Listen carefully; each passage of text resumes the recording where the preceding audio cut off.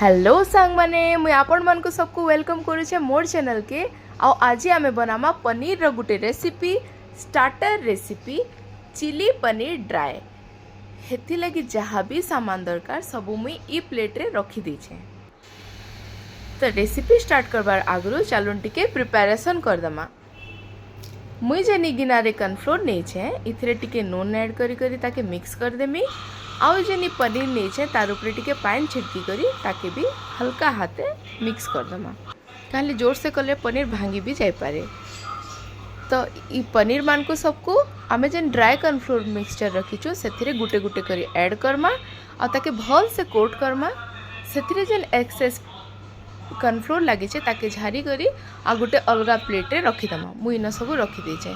ई process कले पनीर रे ऊपर जेन गोटे मोटा कोट आसी जेनटा कि खाला बेले भल नहीं लगे सेटा नहीं हुए किंतु क्रिस्पी आउ पूरा बढ़िया लगसी।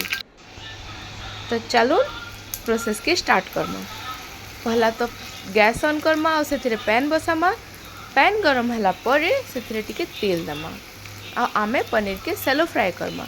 हाँ आपण माने चाहले इते कि डीप फ्राई भी करि पारबे किंतु सेलो फ्राई रे भी पूरा बढ़िया रिजल्ट आइसी। गुटे गुटे करी आमे जेन कोट करिथिला यहाँ दे से पनीर के तेल रे ऐड करमा आउ ताके टिके उल्टे पुल्टे दमा।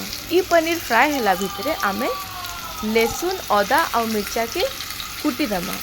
हाँ मुझे सबु बेले लहसुन अदा मिर्चा कुटला बेल के लहसुन रो चुपा नहीं छड़े ताहले कि तार बास्ना ही गुटे अलगा थेसी। चुपा छड़े देले से बास्ना और नहीं आसे सेतले सबु बेले मुई एंता ही करसे। आउ इथिरे मुई 3-4 कोला लहसुन नहीं जाइछे। देखुन यहाँ दे पनीर रा केते गोल्डन कलर आसी गला ना। एंता कलर आसला बेल के आमे सबु पनीर के बाहर कर दमा।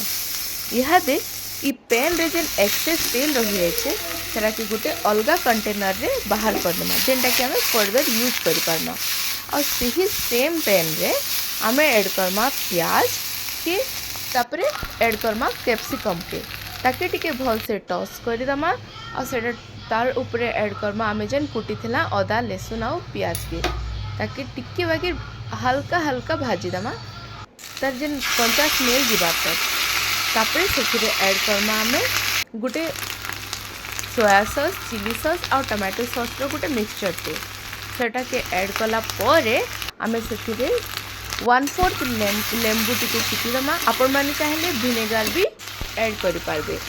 और सेथिरे टिके नून टिके चीनी दुको टिके भल से मिसे दमा।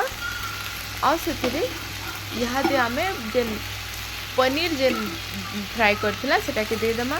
हाँ मैगी मसला भी दमा देकर ताके भल से टिके टॉस कर दमा और भल से टिके मिक्स कर दमा।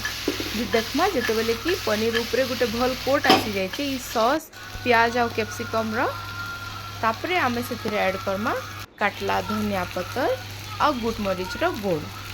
तो देखो इटा रेडी हो गला हमर super crispy super delicious chilli paneer dry.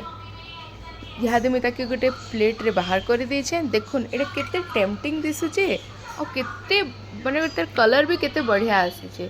तो आपण माने भी सब थरे ट्राई करूँ। एटा बहुत ही टेस्टी लागसी बहुत ही भल लागबा आपण मन को सबको।